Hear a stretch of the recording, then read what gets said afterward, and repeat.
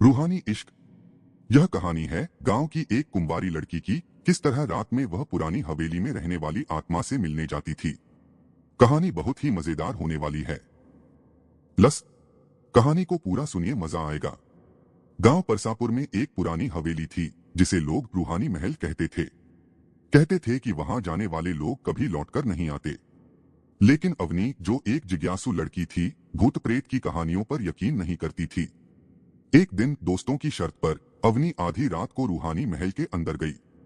हवेली में घुसते ही ठंडी हवा का झोंका उसे महसूस हुआ और मोमबत्तियां अपने आप जल उठीं।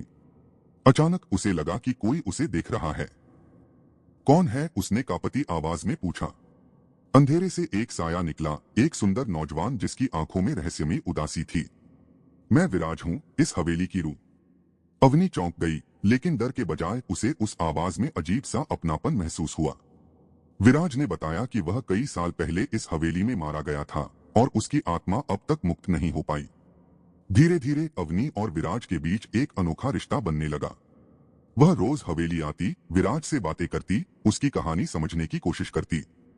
विराज भी अब उसे देख खुश रहने लगा।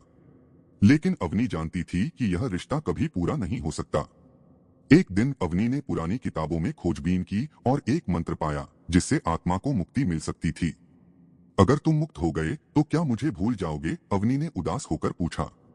विराज मुस्कुराया और बोला, अगर प्यार सच्चा हो तो यादें कभी नहीं मिटती। अवनी ने मंत्र पढ़ा, हवेली रोशनी से भर गई और विराज की आत्मा धीरे धीरे गायब होने लगी। लेकिन जाते जाते उसने कहा, मैं हमेशा तुम्हारे दिल में रहूंगा। उस रात हवेली पहली बार सैकड़ों सालों में शांत हो गई। उसके बाद अवनी ने रूहानी महल छोड़ दिया, लेकिन जब भी ठंडी हवा चलती उसे लगता कि कोई उसके पास खड़ा है, विराज, जो उसे हमेशा देख रहा था। आगे की कहानी भाग 2 में सुनने को मिलेगी।